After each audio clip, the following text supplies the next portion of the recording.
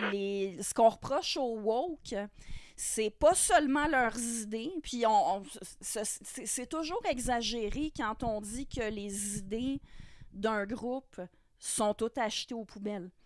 Alors, bien sûr qu'il peut y avoir des éléments partagés par certains woke qui sont pas dépourvus de fondement, mais outre les idées qui peuvent être critiquables, ceux qu'on appelle les woke de façon péjorative, ce qu'on leur reproche, c'est souvent leur méthode, leur façon de présenter les choses, puis de se donner le droit d'intimider, en tout cas verbalement, quand c'est pas même de d'autres manières, ceux qui obtempèrent pas. Qui se plient pas à leur façon de penser. C'est ça. Ben, c'est ça que c'est intéressant qu'est-ce que tu dis, parce que c'est ça, dans les... Mettons qu'on prend, parce que là, on va parler plus de l'idéologie du genre, mais mettons, quand on parle des woke, en général, tu sais, souvent, il va y avoir des causes environnementales, des causes féministes, des causes les classes sociales, là, les différences, la mauvaise répartition des richesses, tout ça. Fait que, tu sais, c'est comme pas nécessairement des mauvaises causes. Mais comme tu dis, c'est de la façon que c'est apporté, là, avec une espèce de dictature de la pensée. C'est sûr qu'il n'y a pas de mal à vouloir diminuer les inégalités sociales, à lutter contre les discriminations. Mais quand on commence à voir de la discrimination où il n'y en a pas, ou à même pas être ouvert à ce qu'on dise, OK, est-ce que là, il y a une discrimination? Quel est le contexte exactement? Pourquoi est-ce que la personne pense qu'elle pense? Puis je vais dire, même quelqu'un qui a réellement des idées discriminatoires, quant à moi, c'est pas mal plus utile de commencer par comprendre comment est-ce que la personne en est arrivée à penser comme ça. En fait, de l'empathie, c'est beaucoup ça. Hein? Mm-hmm. Ça veut pas dire que nécessairement tu vas être d'accord avec la personne, mais de comprendre son cheminement, même si elle a tort. Ça veut pas dire que tu es obligé de lui donner raison, mais quand on comprend ce qui amène les gens à penser d'une certaine manière, ça aide à se diriger vers un terrain d'entente. Ouais. Puis, faut pas non plus partir avec l'idée... Faut pas se dire qu'on a nécessairement raison à 100%. C'est ça. C'est des opinions. Filles, oui. Vous trouvez pas là, que tout ça, là, les problèmes wokistes, puis je vais le mettre en guillemets, là, les problèmes wokistes, que c'est pas une affaire de blanc? C'est pas une affaire d'Occident. Tu vois pas ça ailleurs. Là. Puis je veux dire, c'est des sujets dont on se contre-tabarnak, là, réellement. Là. Tu vois, pour vrai, tu sais... Ça dépend lesquels, là, mais il y en a beaucoup que c'est moi que je reproche d'être très égocentrique, là, narcissique, là, même. Tu sais, des affaires de même, il me semble que tu vois pas ça en dehors de... Tu sais, corrigez-moi si je me trompe, mais... Tu verras pas quelqu'un au Congo venir te parler de son droit de pouvoir être un barreau de chaise. Là. Non, mais c'est ça. Moi, des fois, je suis comme, faut vraiment avoir rien vécu dans la vie puis avoir pas de problème dans ta vie pour que ton combat, ça soit que je veux être reconnu de mon petit ressenti spécial. Moi, je me suis surtout intéressée à l'idéologie queer, que d'autres appellent l'idéologie du genre. Probablement qu'un des facteurs qui m'ont amené à m'intéresser à ça, c'est que j'ai suivi des cours de sociologie du genre à l'université. Mais en fait, moi, j'allais suivre des cours en sociologie. J'y allais en étant intéressée, mais c'est en suivant des cours où on m'a parlé de Monique Wittig, Judith Butler, on m'a parlé de la théorie queer, c'était le prof qui appelait ça la théorie queer. C'est là que j'ai commencé à en être critique. Alors, ceux qui prétendent, elle a été influencée par Mathieu Bock-Côté, par Jordan Peterson, par Pour les droits des femmes du Québec.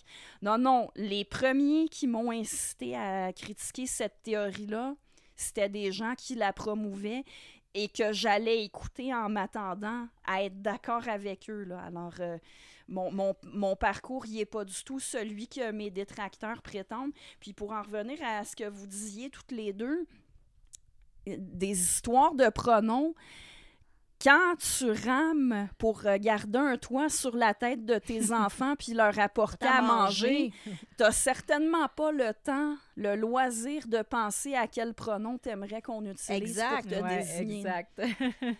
Exact. Mais je viens de t'entendre parler du féminisme, tout ça. C'est quoi ta vision là-dessus, toi, le féminisme? Comment tu vois? Tu sais, de mon point de vue, je pense qu'il y a un féminisme après-guerre puis un féminisme d'aujourd'hui, tu sais. Puis je pense que les deux sont à des pôles complètement opposés. Je sais pas, je suis plus sûre de m'identifier en tant que féministe dans la vie. Fait que j'aimerais t'entendre là-dessus. C'est quoi ton opinion là-dessus? Comment tu vois ça? Parce que c'est intéressant parce que quand j'ai commencé à t'en parler, que je voulais aborder ce sujet-là, tu m'as dit, ben je sais pas pourquoi tu penses à moi, je suis pas tant que ça une féministe puis tout, mais on se suit sur les réseaux sociaux, puis moi je te vois souvent poster des trucs féministes, parler de femmes. Tu as aussi beaucoup de féministes plus radicales dans tes réseaux sociaux qu'on voit commenter des fois. Tu as l'air de en tout cas, beaucoup plus connaître le côté féminisme intellectuel. En tout cas, tu as l'air d'avoir quand même une opinion là-dessus. Là. Oui, j'ai une opinion. Je suis pas la plus connaisseuse. Il y en a qui pourraient vous parler. Mais en fait, moi... Mais c'est pas supposé être une affaire de connaissance, non, justement. C'est supposé être accessible à tout le monde. Puis c'est justement, on dirait que c'est rendu super élitiste puis intellectuel. Moi, avec les lectures que j'ai faites, j'ai tendance à distinguer un féminisme de terrain puis un féminisme universitaire. Puis bon, celles qui ont écrit Transmania, le livre controversé de l'heure que je viens de lire, je l'ai dévoré. C'est deux féministes qui connaissent ça plus à fond que moi, puis elles ont l'air de rejoindre la distinction que je fais de manière plus ou moins naïve, c'est que y a des féministes qui ont lutté pour les droits égaux des femmes, parce que là, on a les mêmes droits que les hommes devant la loi, mais ça n'a pas toujours été le cas. Alors, on a vraiment des grands-mères qui ont lutté pour que les femmes puissent voter, pour qu'elles puissent se présenter en politique, posséder un compte en banque, posséder de l'immobilier, qu'elles aient un statut égal à leur mari dans la famille. Chose qui est quand même relativement importante dans l'avancée des droits des femmes, tu sais, je crois.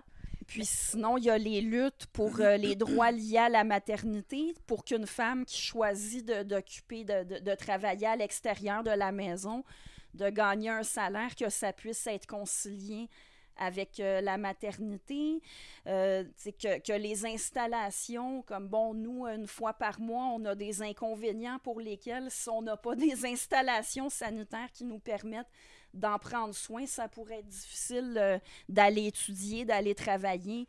Donc, c'est toutes sortes d'éléments comme ça qui viennent vraiment, qui concernent la vie des femmes, de s'arranger pour que, bon, d'une part, qu'on ait des droits égaux, puis établir des situations qui permettent que la vie sociale soit équitable pour nous.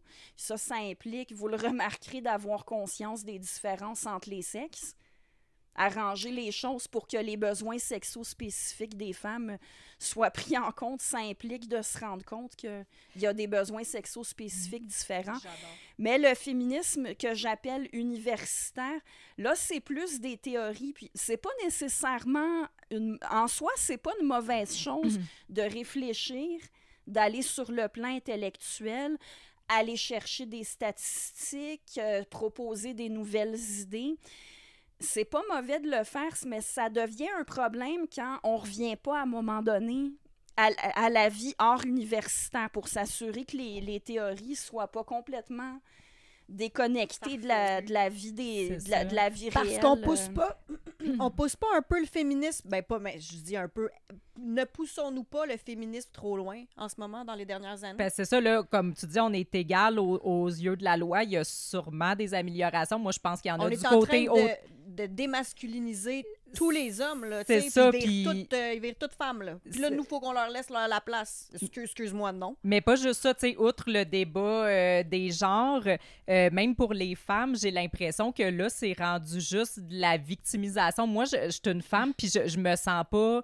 Je sens pas de lien avec ce mouvement-là. Je sens pas que j'ai besoin de ce mouvement-là. J'ai l'impression que le mouvement fait juste me victimiser, puis moi, je me sens pas comme une victime. Mais en fait, il y a plusieurs mouvements féministes. Ouais.